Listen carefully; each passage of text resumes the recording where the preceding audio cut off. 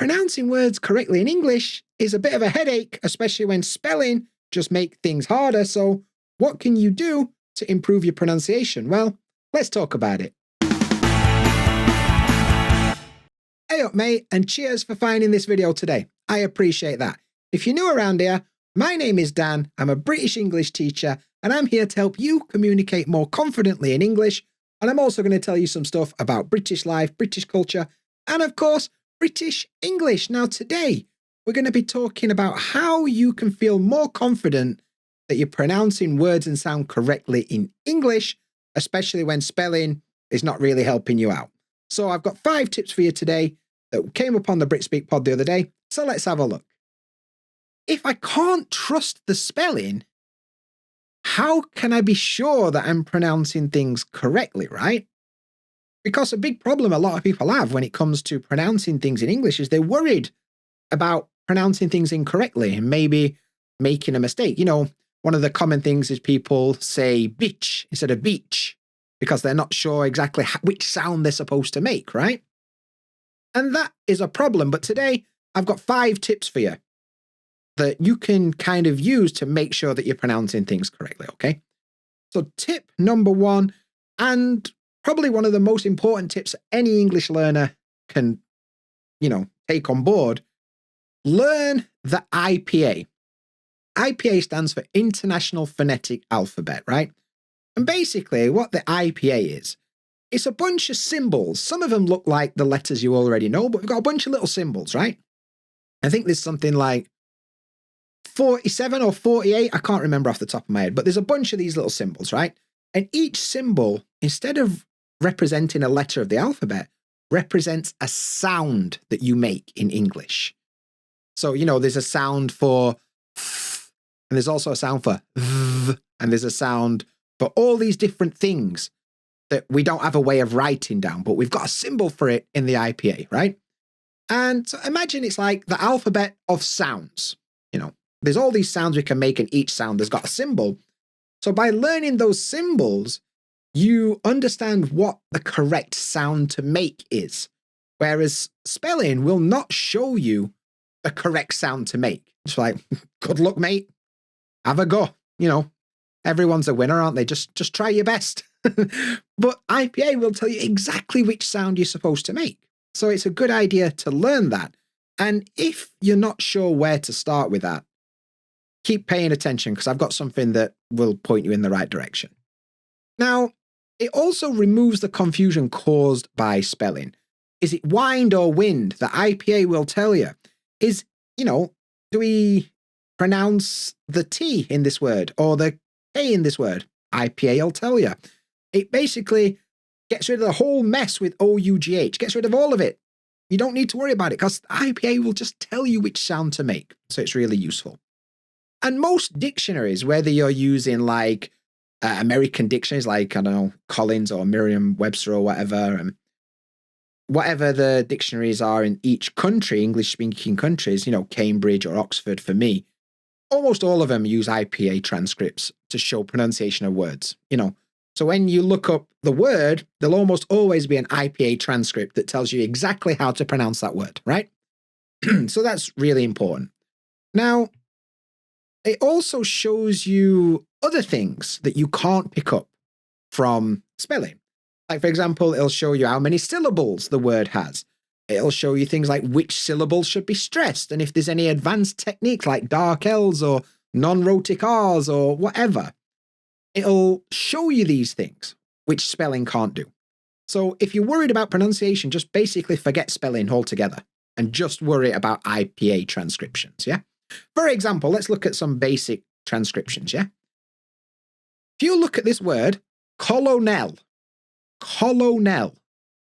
No, it's colonel. You can see we've got this long E sound, which is like the 3. And then you can see the point in the middle. That shows that we've got 2 different syllables. And there's a little apostrophe before the first one. That means that's the stress. So colonel, like that. Going back to what we said earlier about Australia. So for me, it's 4 sounds. Australia, right? And it shows me that even though there's 3 A's in this word, there isn't. One's an O, one's an A, and one's a. So there you go. Australia. And you can see the apostrophe is before tray. So I know that that's where the stress is. Australia. Good. And here we go. Some O-U-G-H. No, actually, through. Oh, sorry, though. I misread it. Though. Through. Thought. Tough. But for me, even though that says tough, my accent, that becomes tough. But whatever. So yeah, focus on IPA, not the spelling. That's tip number 1. Now, sure, you learn IPA. That's cool. That's all well and good. But what should I do with that knowledge? Well, step 2 is to make sure you're checking the IPA transcriptions in dictionaries. Whenever you're learning a new word, you shouldn't just learn the meaning of that word. You should be learning the pronunciation at the same time. And the way you would do that is you go check a dictionary. Almost all of the online dictionaries have IPA transcript for words. I recommend the Cambridge Learner's Dictionary. That's the one I use all the time. It's really good.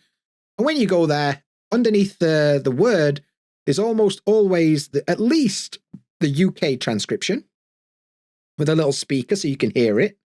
But there's almost always the American transcription if it's different. So not only that, you're getting both versions, the American and the British pronunciation, right? So look, don't just learn the word, learn the transcription and learn the pronunciation while you're at it. It's going to save you a lot of time. For example, I hear a lot of people say recite or recipe or whatever weird pronunciation of this word. But if you look at the transcript, you can see that it's recipe. And you wouldn't know that by looking at recipe. You wouldn't know. But if you look at the transcription, you'll know very easily. Another one, Wednesday. But if you look at the transcription, you can see, Wednesday. And cupboard. If you look at it, you're like, no, cupboard. All right, much easier. Once I understand the situation, life's a lot easier. So just look up in the dictionary when you're not sure. Okay, so we're going to learn the IPA transcript and we're going to look up new words in the dictionary, right? It kind of makes sense. But what do I do then? Well, I strongly recommend spending some time practicing individual sounds, right? Because some sounds in English probably don't exist in your language, right? So you don't have the muscle memory to make those sounds correctly. Like you don't really know where to put your tongue or how to control the airflow or where you should be moving the muscles in your mouth and your face. So you're going to have to learn. It's like going to the gym. You can't just look at somebody else lifting up weights and be like, oh, well, I've lifted a box up before. I'm sure I can do it. Like, no, it's different. So you got to actually do it and practice and build that muscle memory, right? Big problems that people often have, like generally each language has got its own difficulties, but ones that come up more often than not with people I work with is B and V, because they are different. B, V, B, V. They are different. Berry, very, berry, very, very, berry. You know what I mean? Another one, probably the number one, is the TH sound, because we've got voiced and voiceless. So voiced as in this. You can feel your vocal cords. This. But we've also got voiceless as in think. There's no vocal cords in think. So maybe you need to practice using the vocal cords and not using the vocal cords and putting your tongue in the right place for this. Another common problem is the R sound, because in some things it's non-rhotic. So I don't say car or car or brother, because we don't do it. And especially we don't roll the R like car, brother. We don't do that, right? So getting used to the non-rhotic R, or, rhotic R in some cases, depends on which way you look at it, but that can cause a lot of trouble, especially from languages that hard pronounce the R. It's hard to let that go. You know what I mean? Another big one is like the long and short vowels. like I versus E, or versus whatever it is. Another one, and speaking of vowels, we've got what a lot of people call the lazy vowel.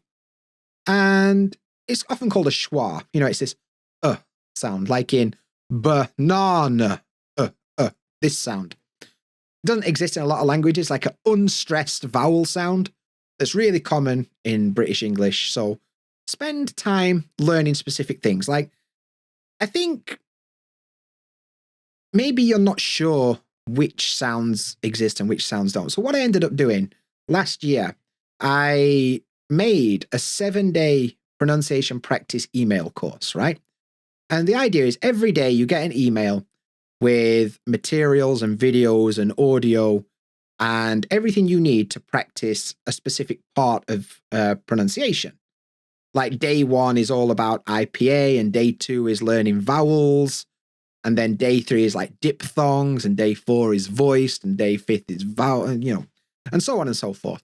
And it gives you everything you need to practice individual sounds. Now, it's still available. So if you're actually interested in getting hold of that, you can go to the link in the description. It's called the Pronunciation Practice Power Pack, or maybe it's just called Power Pack. I can't remember what I called it. But it's $29, 7 days worth of email practice delivered directly to your email. Everything you need to practice individual sounds. So yeah, check it out if you're interested. I think it'll help you narrow down where you're having trouble, okay? So you can also do shadowing. I mean, we did a lesson last time about shadowing. It's good for practicing individual sounds as well. So yeah, check that out. And now number 4, syllable stress. Stress is really important in English. I'm not talking about how you feel when you try and talk English, like stress, like anxiety. No, I'm talking about the emphasis that we put on different parts of the word, right? Because English is a stress-based language. So rhythm is very important, and it depends on using stress correctly. Sorry, I've got hiccups. It depends on using stress correctly, right? So if you're putting the stress in the wrong place, the rhythm is going to sound very weird, and it's going to sound really unnatural. But if you don't know where the stress is supposed to go, your rhythm is going to be off, right? So it's very important to learn that, because a lot of languages are phonetic. Like Japanese is phonetic. Each sound gets the same amount of stress, basically. English is not that way, my friend. So you got to learn this kind of thing. And stress can also help people understand exactly what you're trying to say. Like, we've got a bunch of words in English that are 2 syllables long, and there's a noun version and there is a verb version. And the way that we tell them apart is which syllable is stressed. Like, for example, in the 70s and 80s, you wanted to listen to your favorite album, you'd buy a record, a vinyl record, the big black things, yeah? So that one's record. But right now, I'm recording a podcast. Record. Record is the verb. Record is the noun. That's how we tell them apart. Same with dessert, the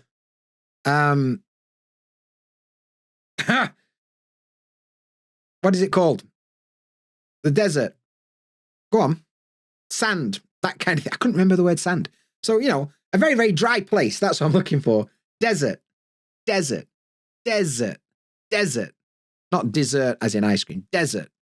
But to desert something, desert as in to abandon it, is almost like ice cream. So like desert, dessert, like we've got a lot of mess there.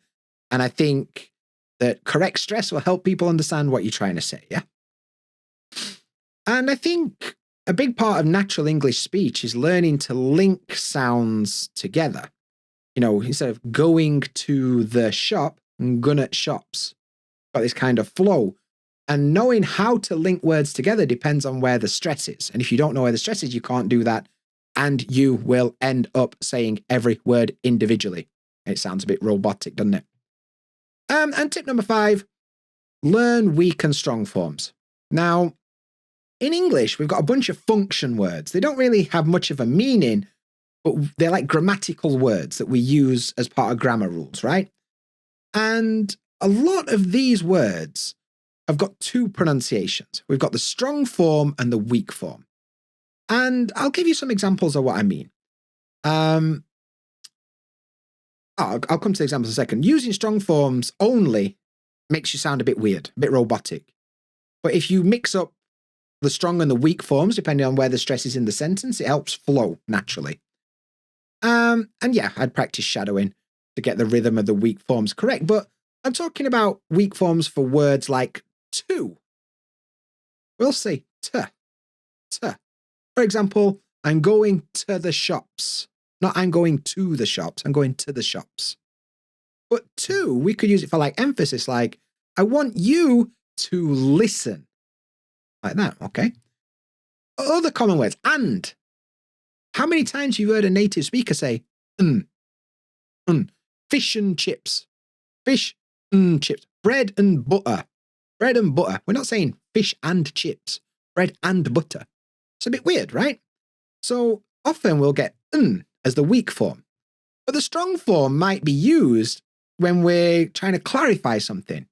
No, I want fish and chips, not just fish. I want fish and chips. I'm emphasizing, I'm clarifying what I mean, right? Another example is for, as in, this is for you, not for you. This is for you, weak, for you. Or I could say, this is for emphasis. So that was a bit meta, that one, weren't it? And now it's over to you. What do you think is the best thing you can do to improve your pronunciation in English? Let me know in the comments. And if you want to get my 7-day email course that you can use to practice your pronunciation, check out my pronunciation practice power pack using the link in the description. 7 emails, everything you need, audio files, workbooks, videos to practice your pronunciation for $29. So check it out. But that's it for this video, and I'll catch you in the next one. See you there.